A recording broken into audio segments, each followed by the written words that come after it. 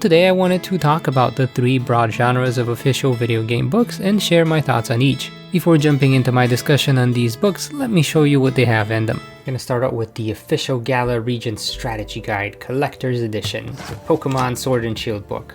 Do I really need this book? Probably not. Played this game too many times. This book starts out with a very nice concept art section, which is probably my favorite part of the book. Kinda get to learn a bit more about the characters. The fact that Oleana wears a dress on top of an already made business outfit. Why does she do it? We don't know. Now this is a very short, like just about 10 pages of concept art. You get to see the Pokemon Center, the Rotom phone, and the rest of it is just a strategy guide for the Gala region. One of my favorite bits in this walkthrough is actually the top-down map of a location, so you can kind of see where everything is situated. This guide has a bunch of nice things like visible items, hidden items, where the hidden items and the visible items are, as well as the Pokemon. But one of the things that bugs me about this Pokemon thing is that they're basically using the card system. Circle rarity and a triangle. What does circle and triangle mean? What does it mean? It's like a black diamond. What does that mean? Is this more rare than, I mean, it's holographic, I can tell, but how am I supposed to tell in the book? They do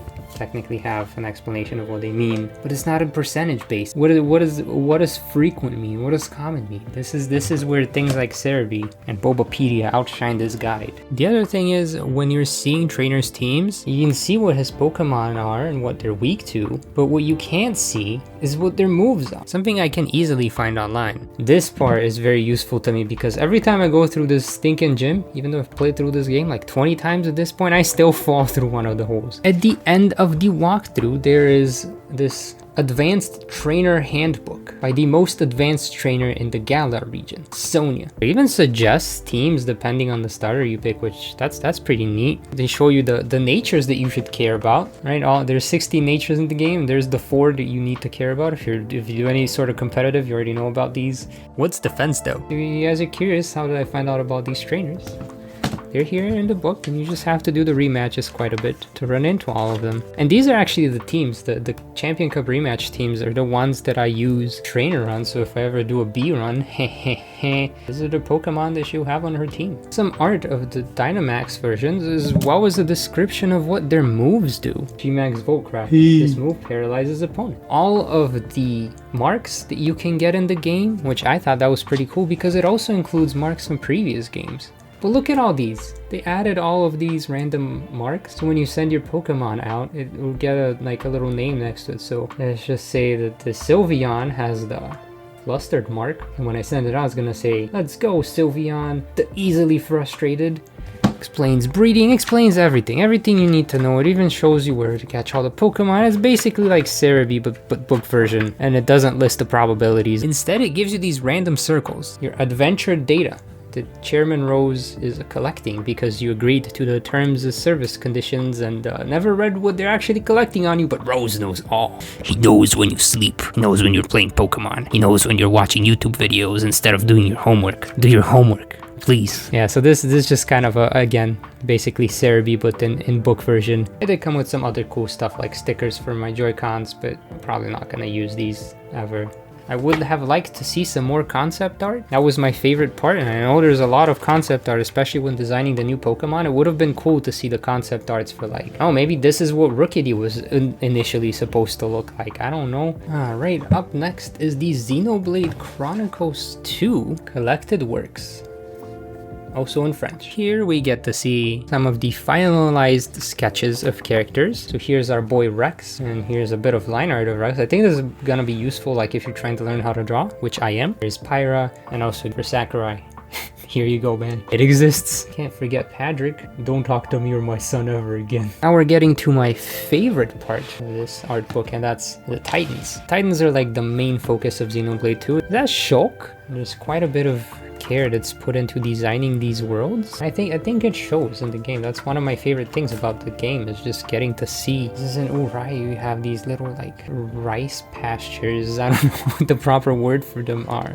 And then there's like look at all the tables. Look at all the different tables that they've designed and all the different lamps. This is I hope this makes all the moths watching this video appreciate it. Next up, logically, is the Xenoblade Chronicles 1 Definitive Edition book, also in French, but you can't see it because they made this one all holographic and stuff. Forget about Bugcatcher Wade. Bugcatcher Shulk wants to challenge you to a battle. They do also show the new characters that they've designed for this game, like Kino, and they've showed him in the different colors that they might have tried to make him, and all the different belly scratches, marks. I don't know, what are these things on their bellies? I wish Pokemon did this as well. I wanted to see all the different concepts that could have been made. And just like in the first book, they also have the little creature sting, and they show off all the bunnets with the different things they could be holding and the way their hands work. There's a bit more detail. Yeah, so I'm gonna pander to the Xenoblade Chronicles 1 people, but the book for Xenoblade Chronicles 1 is better than the book for Xenoblade Chronicles 2. Actually, it looks like they made models of Mechonis and Bionis before actually turning them into their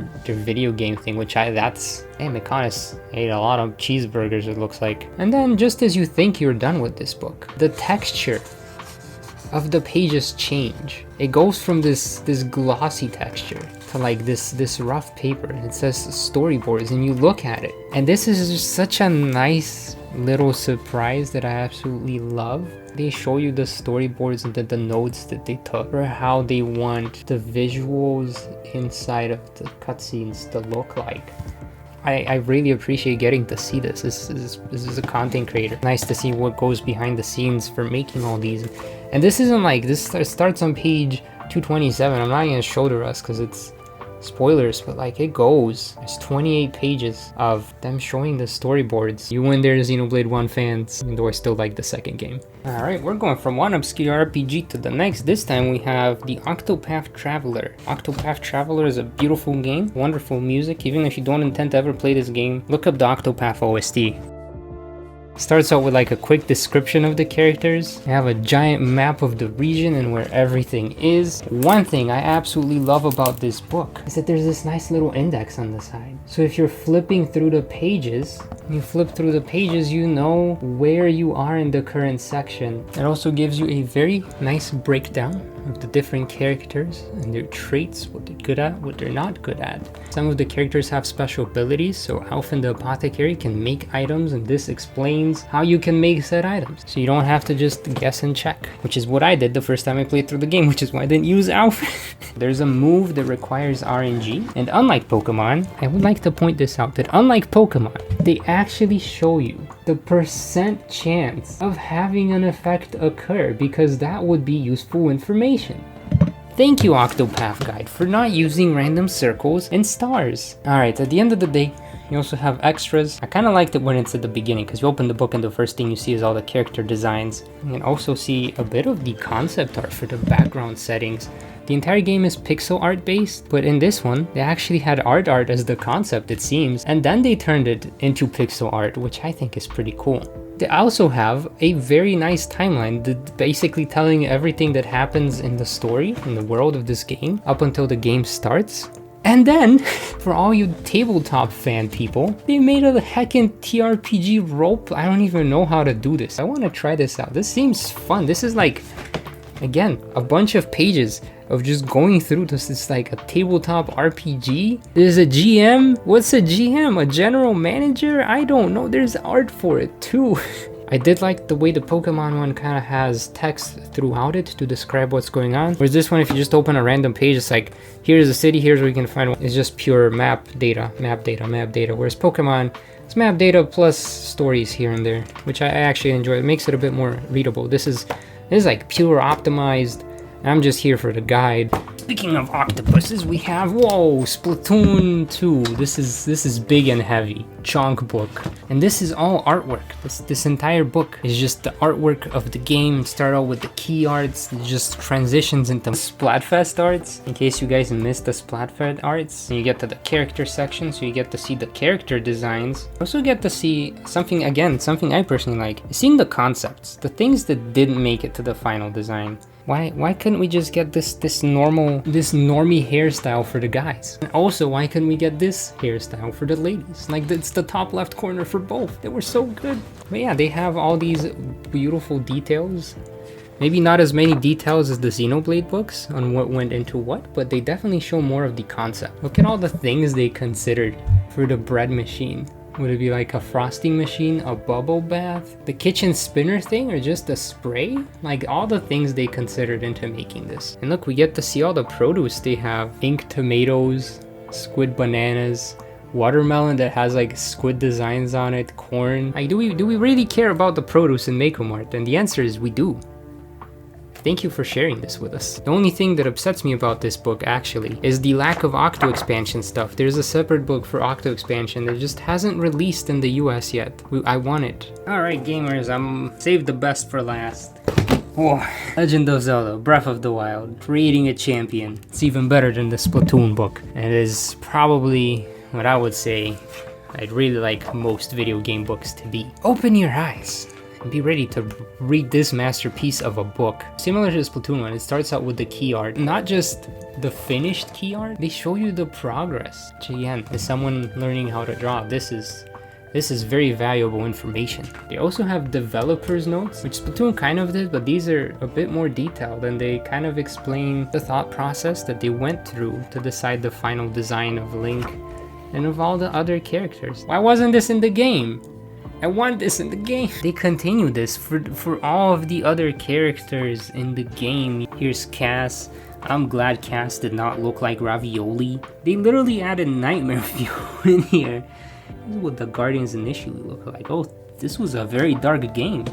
The only downside to this one is that it's not really a guide. It just shows you the designs that they used. There is a map that shows the events in the past, but there isn't a map to tell you what to do or where things appear or how to do anything. You kind of just have to figure it out on your own. So if you're looking for a Breath of the Wild guide, go to the internet. But this stuff, the things that the developers thought when making these games, that's extra stuff that you can't find online. So yeah, that's why I enjoyed this book more, because it adds things that aren't available otherwise. By now, I think you've gotten a good picture of each book's contents. Overall, I'd say they fall into three broad categories: guides, selected works, and concept arts.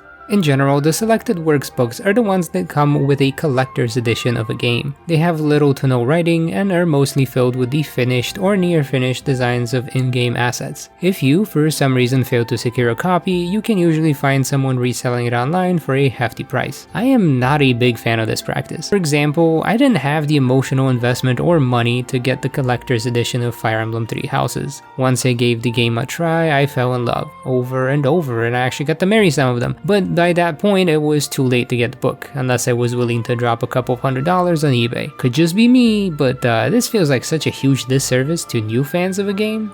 Next, we have the guidebooks, which will sneak in some arts as well, but are mainly, well, guides. I really think the people assigned to work these need to step up their game, since they are competing with the entire internet. I get the appeal of using the rarity system analogous to the TCG, but skipping out on the specific and accurate information such as the actual encounter rates seems a bit counterintuitive for an official guide. Google is free and gives me more accurate answers. Why should I get this? The other issues with these guides is that they tend to release a bit after the games. For Pokemon it was about 2 weeks later, and for Octopath it took over a year. Why not just sell them the same day as the game? It would be a great resource for those who wish to avoid spoilers, which tend to be very common online, especially around release dates. As they currently are, I'd say the guidebooks are only worth getting for the 10 pages of art, and if you're nostalgic and wanted to experience being stuck in a video game before the internet was a thing. I say all that, but I did have a lot of fun going through the Pokemon guide and seeing what the developers gave as suggestions for teams, a specific Pokemon that can be found on a route, and so on. I love it when there's that little bit of personal touch.